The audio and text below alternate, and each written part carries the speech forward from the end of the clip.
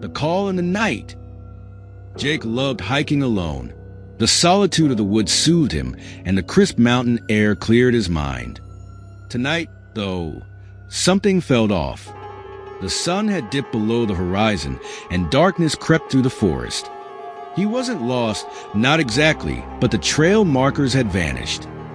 The silence was heavy, pressing against his ears like a thick fog.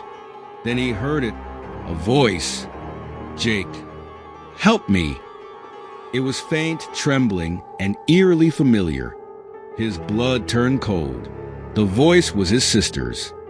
She shouldn't be here. She was miles away at college. "Emily," he called out, his voice trembling. "Help me. Jake." The voice repeated, closer this time. Jake froze. Something was wrong. The tone wasn't right. It sounded like Emily, but off. Like someone playing her voice on a broken tape recorder. "Where are you?" he yelled, his flashlight darting through the trees. A rustling noise came from the underbrush. He turned toward it, heart pounding. His flashlight caught a figure stepping into view. It was Emily, or at least, it looked like her. Her face was pale, eyes unblinking, lips stretched in a smile that didn't belong.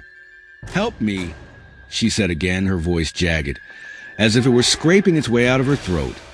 Jake stumbled back, his instincts screaming to run. You're not real."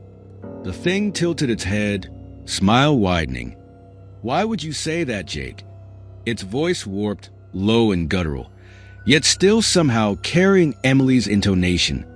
Its limbs cracked unnaturally as it stepped closer, bones bending where they shouldn't. Jake turned and bolted, the flashlight beam bouncing wildly. Behind him, the thing let out a sound, a mixture of laughter and a shriek, an inhuman noise that pierced the night. He ran until his legs burned, until the woods seemed endless. Finally, he stopped, panting, leaning against a tree. A voice whispered from the shadows, "Jake, you can't leave me behind." He turned his flashlight toward the sound. Emily's face stared back at him, but this time it was inches from his own, her eyes black pits. The flashlight flickered, then went out. The whispering waters. Tom loved night fishing. The tranquility of the lake under a moonlit sky always calmed him. Tonight was no different, until it was. He sat at the edge of his small boat, the water so still it mirrored the stars above.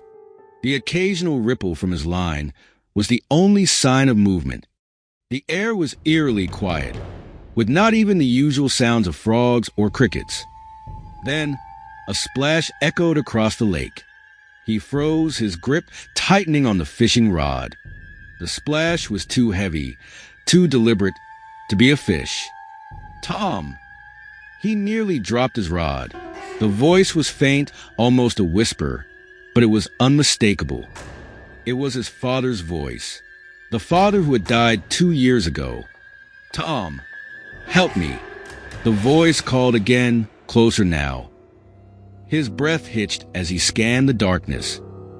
A figure emerged from the far side of the lake, wading through the water. It looked like his father, same plaid shirt, same rugged frame, but something was wrong. Its movements were jerky, unnatural, as if it didn't quite know how to walk. "Dad!" Tom whispered, his voice trembling. The thing tilted its head unnaturally far, like a puppet with broken strings. Its eyes gleamed, reflecting the moonlight like a predator's. "Come closer, Tom," it said, its voice deepening, twisting into something guttural and alien.